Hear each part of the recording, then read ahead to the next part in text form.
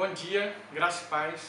Mais uma vez a gente se reúne para a nossa escola dominical, essa nossa videoaula, a sexta aula de nosso curso Permaneça em Cristo. Felizmente é a última aula desse curso, né? São 6 semanas. Mas eu acredito que nós caminhamos por uma estrada abençoada, onde aprendemos principalmente a questão de nosso relacionamento com Jesus. Porque o permanecer desse texto que esse texto nos ensinou foi basicamente isso. Estar em relacionamento direto, vivo com Jesus Cristo. Que é isso que a gente tem interesse. Hoje a gente vai falar sobre cumprir o propósito de Cristo. Na sexta semana a gente vai falar sobre cumprindo o propósito de Cristo. E dentro dessa temática de cumprir o propósito de Cristo, nós vamos falar sobre a amizade. Bom, relacionamento. Amizade é algo que se faz com relacionamento. E Jesus queria ter esse tipo de relacionamento com os seus discípulos. Não era simplesmente um relacionamento de senhor e servos, né? Ele queria levar esse relacionamento a um outro nível, a uma outra forma, né? E ele fala a respeito de amizade. O texto que nós vamos ler, ainda de João 15, né, que é a base toda para o nosso estudo, versículo 13 e 14 diz assim: ninguém tem maior amor do que este, dar a alguém a sua própria vida em favor de seus amigos.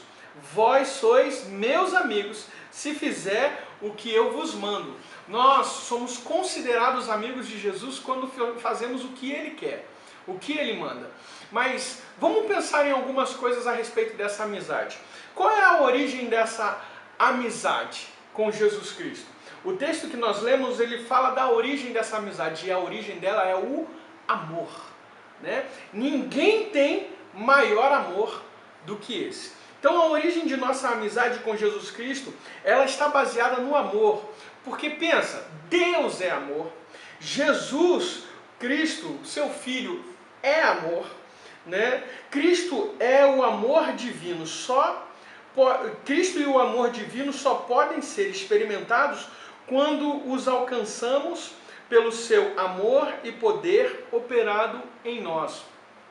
João 17,3 diz assim: a vida eterna é essa, que te conheçam a ti. Não podemos conhecer a Deus se não tivermos essa vida, se não tivermos esse relacionamento em amor por meio de Jesus Cristo. Não, Cristo anseia que sintamos que a raiz profunda e a força de tudo que Ele é e faz em nós como videira é o amor. Então, Jesus quer que a gente entenda isso, que a base de tudo, de toda essa construção de amizade que Ele tem comigo e com você, a origem de tudo isso é o amor. E qual é a evidência desse amor? A evidência desse amor continua lá no texto que nós lemos. Depois dele falar de ninguém tenha maior amor do que esse, ele fala de dar a alguém a própria vida em favor dos seus amigos. E Jesus deu a sua vida em favor de nós, em favor dos seus amigos. E só são amigos de Jesus aqueles que recebem do seu amor, experimentam do seu amor, experimentam o Deus de amor. E aí a evidência disso é que podemos experimentar a entrega de Cristo. Tudo começou com isso, né? Ele começou a rendição absoluta de sua vida e de sua vida por nós. E ele não pode pedir nada menos de nós. Somente esse tipo de vida é uma vida na sua amizade. Então, Jesus Cristo começou a render na vida dele por nós. E Ele não pode exigir nada menos do que isso de mim e de você. Rendição total a Ele. Submissão e rendição total a Ele. E isso faz com que nos tornemos seus amigos. Quando nos rendemos a Ele, fazemos o que Ele manda. Essa é a prova evidente de nossa parte com relação a essa amizade. Quando nós somos direcionados e orientados e nos submetemos a Cristo em obediência. Isso revela que queremos realmente ser amigos de Jesus. Você tem se submetido a Ele? Você tem se submetido e obedecido à sua palavra? Escuta isso. Infelizmente, fazer tudo que Cristo nos ordena não ocupa a posição central no nosso ensinamento cristão e na vida que o nosso Senhor tendeu para nós. Então, fazer tudo o que Ele manda nem sempre ocupa a primeira posição na nossa vida. Nem sempre ocupa o lugar que Jesus deseja que tenha em nossa vida. A obediência muitas vezes não está no seu devido lugar. Às vezes precisamos ou preferimos, né, os privilégios, aos deveres. Né? Eu me lembro daquele texto lá que muita gente, nesse período de pandemia, está citando, né? 2 Crônicas 7,14. O 2 Crônicas 7,14, as pessoas estão citando esse texto, pensando na consequência desse texto, como o livramento do sararei à sua terra. Correto? Mas só que a consequência imediata desse texto está no buscar a sua face. As pessoas precisam não buscar os benefícios de Deus, mas a sua face. Buscar quem Deus é. Então, durante esse período, a gente precisa buscar não o livramento simplesmente. O livramento virá quando buscarmos a sua face. Isso se aplica aqui também. As pessoas querem os benefícios de Jesus, que Jesus pode oferecer em sua amizade, mas não querem obedecer. Isso nos leva ao terceiro passo desse momento, que é a amizade de Cristo e a sua intimidade. Quando estamos debaixo dessa obediência, entendemos que a origem da amizade de Jesus está no amor, entendemos que a evidência desse amor por parte de Jesus Cristo é a entrega, e por nossa parte é a entrega e a obediência também, nós nos encaminhamos diretamente para a intimidade. Quem é que não tem amigos e os amigos usufruem e vivenciam o que um dos outros? Intimidade. Amizade gera comunhão. Amizade gera comunhão. Amigos querem se encontrar, amigos querem permanecer em contato. Não é esse um dos grandes motivos de nossos anseios durante essa crise? Estarmos em isolamento social. Ou seja, estamos distantes das pessoas que consideramos amigos. E aí como é que a gente começa a fazer? A gente começa a procurar formas de nos encontrarmos. E aí a gente faz videochamadas, telefonemas e troca de mensagens, não é? Por quê? Porque a comunhão é algo precioso para a amizade. É uma evidência da amizade, né? É o que faz a manutenção dessa amizade. E Cristo deseja elevar o nível do relacionamento dele comigo e com você. Ele quer que tenhamos uma amizade. Uma amizade leva à comunhão, uma amizade leva a querer se encontrar, uma amizade leva a permanecer em contato. E é isso que Jesus quer que os seus discípulos tenham com ele. Contato, comunhão. Comunhão, contato, encontros. E esse isolamento está fazendo com que nós voltemos a ter tempo para isso. Porque para desenvolver a intimidade precisa ter tempo. Nós precisamos passar tempo com o Senhor. Tempo sobre a sua palavra, tempo em oração, tempo de contato com Ele. Jesus Cristo não queria simplesmente que os discípulos seguissem aquilo que estava escrito, os mandamentos, mas Ele queria que os discípulos vissem no relacionamento com Ele aquilo que Ele queria transmitir para eles. Né? Tudo que Cristo fez era a obra de Deus. Deus revelou tudo em Cristo. Ele executou a vontade e o propósito do Pai. Então Jesus Cristo cumpriu todo o propósito de Deus. Né? E o tema central da nossa semana é esse: cumprir o propósito de Cristo. E cumprir o propósito de Cristo, você está cumprindo o propósito de Deus na sua vida. Então entenda, quando Cristo falou e mandou guardar os seus mandamentos, os mandamentos de seu Pai, Ele não falou simplesmente do que estava escrito nas Escrituras, mas aqueles mandamentos especiais que lhe eram transmitidos, né, a cada dia, a cada hora, no meio do relacionamento com esses discípulos. E é esse tipo de ensinamento que Jesus quer passar e transmitir para mim e para você. No relacionamento com Ele, de amizade, de intimidade. A maior prova da verdadeira amizade e uma das maiores fontes de bênção é a intimidade. Que admite que o amigo compartilhe dos nossos segredos de forma mais íntima, dos nossos segredos íntimos. Você não conta da sua vida para qualquer um. Você não abre a sua intimidade, os seus segredos para qualquer um.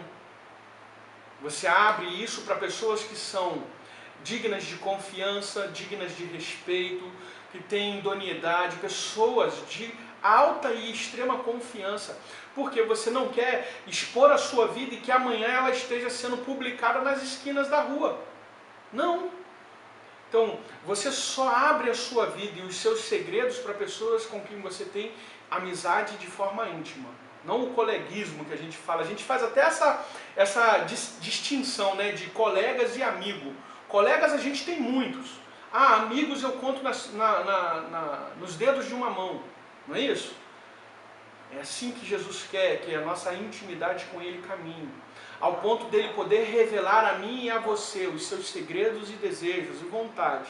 Ao ponto de nós também ouvirmos, a ponto de nós também expormos para Ele o nosso coração, a nossa vontade, os nossos desejos.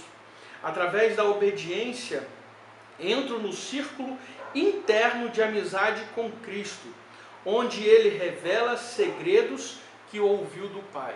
Então, somente através da vida de obediência, nós somos encaminhados para a vida de intimidade. O foco agora da nossa lição vai falar sobre a eleição. A Bíblia diz assim em João 15,16: Não foste vós que escolhestes a mim. Pelo contrário, eu escolhi a vós outros, e vos designei para que vades e deis fruto. Né? Cristo nos escolheu. Cristo nos escolheu. O ramo natural não pode escolher em que videira vai nascer. Nós estamos falando aqui de uma parábola do ramo, de uma videira espiritual. Mas o ramo natural ele não escolhe a videira em que ele vai nascer, né? Que ele vai crescer. A videira faz nascer o ramo onde ela quer. Cristo declara assim: Não foste vós que me escolhestes a mim, mas pelo contrário, eu vos escolhi. Alguns poderão argumentar assim: esta é exatamente a diferença entre o ramo natural e o ramo espiritual. O homem tem poder de escolha, e é porque decidiu aceitar a Cristo que agora ele é um ramo. Que agora ele é um ramo. Isso, sem dúvida, é uma verdade, mas só que é parte da verdade, uma meia verdade. Porque existe uma outra parte nessa verdade, para fazer um todo. Que isso é revelado a nós na lição da parábola dessa videira. Né? Essa parábola aponta para a outra metade da verdade.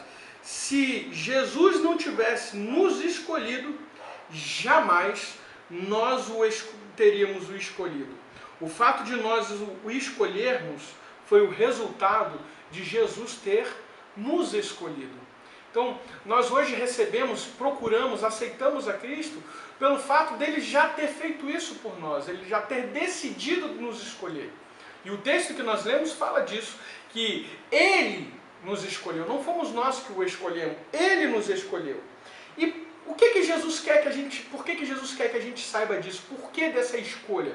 Ele nos escolheu com que propósito? Né? Com que finalidade? Pois o todo, né, a lição da semana fala sobre isso, cumprir o propósito de Cristo. Com que propósito que Cristo nos escolhe, nos faz entender que somos eleitos, Ele nos escolhe e quer que nós entendamos que Ele nos escolheu, que Ele quer que tenhamos a certeza de cumprir, Ele quer que a gente tenha a certeza de cumprirmos o nosso propósito, o nosso destino. Ao longo das Escrituras, este é o propósito prioritário do ensino sobre eleição. Qual é? Fomos predestinados para sermos conforme a imagem do seu Filho. Romanos 8, 29. Fomos escolhidos para sermos ramos à imagem da videira. Ele nos escolheu para sermos santos e irrepreensíveis. Efésios 1:4. Cristo nos escolheu para que nós nos tornemos como Ele e nos dá poder para sermos frutíferos como Ele quer. Pondere sobre isso, né? Sobre essa bênção. Na nossa parábola, Cristo revela o seu duplo propósito em nos escolher para sermos ramos, para que possamos dar fruto na terra e termos poder na oração no céu. Então esse é o duplo propósito dele nos ter escolhido, para nos parecermos com Ele e termos poder em nossas orações. Então, o propósito de Deus é nos fazer semelhante a Jesus Cristo. Como discípulos, nos parecermos com Ele, como o Senhor Jesus. Como ramos da parábola, nos parecermos com a videira. Então, esse é o propósito de Cristo Jesus ao nos eleger. Então, para a gente cumprir o propósito de Cristo em nossas vidas, nós precisamos partir então para a questão do fruto. Não é qualquer tipo de fruto. São frutos que permanecem. Não sei se você já percebeu que existem frutos que eles podem durar até algum tempo. E existem frutos que, após serem colhidos, eles precisam ser imediatamente consumidos, né? Então, você vê frutos que eles podem ser consumidos depois até mesmo de um ano, né? Essa fruta secando, você pode comer. Mas, por exemplo, uma maçã, você não pode esperar tanto tempo, você tem que logo consumir, né? O trabalho cristão, né? Alguns frutos desse trabalho não duram, por haver muitos que parecem agradar e edificar, mas não exercem um impacto permanente no mundo ou na condição da igreja. Por outro lado, há trabalhos que deixam a sua marca por gerações ou por toda a eternidade. Então existe essa comparação de trabalhos que eles são feitos para agradar a Deus e tudo mais, mas eles não permanecem. Com o tempo isso se vai. Mas existem trabalhos que eles permanecem e eles são impactantes, né? Nós somos frutos de trabalhos que foram assim, foram impactantes. Os discípulos de Jesus, todo o fruto que eles produziram, permaneceram por gerações até chegar em nós. Correto? E quais são os frutos que nós estamos produzindo para que impacte a vida de outras pessoas ou futuras gerações? O apóstolo Paulo falou a respeito, ele descreveu a respeito desses dois mistérios, né? Desses dois ministérios. 1 Coríntios 2, de 4 a 5 diz assim: a minha palavra e a minha pregação não consistiram em linguagem persuasiva de sabedoria, mas em demonstração do Espírito e de poder, para que vossa fé não se apoiasse em sabedoria humana, e sim no poder de Deus. Escute isso. Quanto mais do homem, com sua sabedoria e poder, menos estabilidade vai existir. Quanto mais do Espírito de Deus, mais fé firmada no poder de Deus, mais estabilidade. O fruto revela a natureza da árvore, né? Da árvore da qual ele vem. Qual então é o segredo de darmos frutos que permaneçam? Qual é o segredo? E o segredo, na realidade, é mais simples do que se parece, né? O segredo é simples. À medida em que a nossa vida permanece em Cristo e nós permanecemos nele, né? À medida que a nossa vida permanece em Cristo, nós permanecemos nele, o fruto que nós produzirmos, eles permanecerão. Então, qual é o segredo de produzir frutos que permanecem? permanecer em Cristo. Pois quem produz o fruto em nós, que somos o ramo, é Cristo, é a videira. Então nós vamos produzir o fruto que é da espécie dele. Então o segredo de permanecer ou de cumprir o propósito de Cristo, de frutificar ou de dar frutos que permaneçam, é basicamente permanecer em Cristo. Permanecendo em Cristo, você produzirá frutos que permaneçam. Cumprindo o propósito de Cristo, também vamos falar sobre a oração que prevalece. João 15,16, mais uma vez, diz assim: eu vos escolhi a vós outros, e vos designei para que vardes deis frutos, e o vosso fruto permaneça, a fim de que tudo quanto pedirdes ao Pai, em meu nome, Ele vos conceda. No primeiro versículo dessa parábola, Cristo se revelou como a videira, né? O Pai, o agricultor. Agora ele resume todos os seus ensinamentos, né, sobre Ele e sobre o Pai, num propósito duplo, né, para a vida daqueles que são escolhidos como discípulos. O primeiro propósito é referindo-se a si mesmo como videira. O propósito dele é que nós gerássemos ou dessemos frutos, né? Então o propósito de Jesus como videira sobre as nossas vidas é que nós venhamos a produzir frutos. O segundo propósito é com referência a Deus, ao Pai, que é o agricultor. E o propósito do agricultor era que tudo o que pedirem em meu nome, isso fosse feito pelo meu Pai. Assim como o fruto é a grande prova de um relacionamento com Cristo, a oração é a prova do nosso relacionamento com o Pai. A frutificação que permanece no Filho, a frutificação permanece no Filho. E a oração que prevalece é dirigida ao Pai. São os dois fatores primordiais em uma vida cristã autêntica. Então o desejo de Jesus é que venhamos a ter essa vida autêntica de cristão e de ramo. E o nosso relacionamento com Ele faz com que nós venhamos a frutificar. E o nosso relacionamento com o Pai, por meio da oração, revela quem somos, revela a nossa autenticidade como cristãos. Esse é o propósito de Jesus Cristo em nossas vidas. Que tudo que em oração nós pedirmos, o Pai nos conceda. Para isso, precisamos andar de acordo com o seu propósito, a sua vontade, o seu direcionamento, estarmos ligados a Ele. Eu acredito que esse período que nós estivemos juntos aqui, durante essas semanas, essas lições dentro desse confinamento, nós podemos estreitar esse laço de intimidade, de amizade com Jesus Cristo e aprender um pouco mais sobre nossa relação com Ele e com o Pai. Queridos, oração é o segredo de tudo. Oração, não podemos aprofundar o nosso relacionamento com Cristo, ao mesmo tempo não sentindo urgência em oração.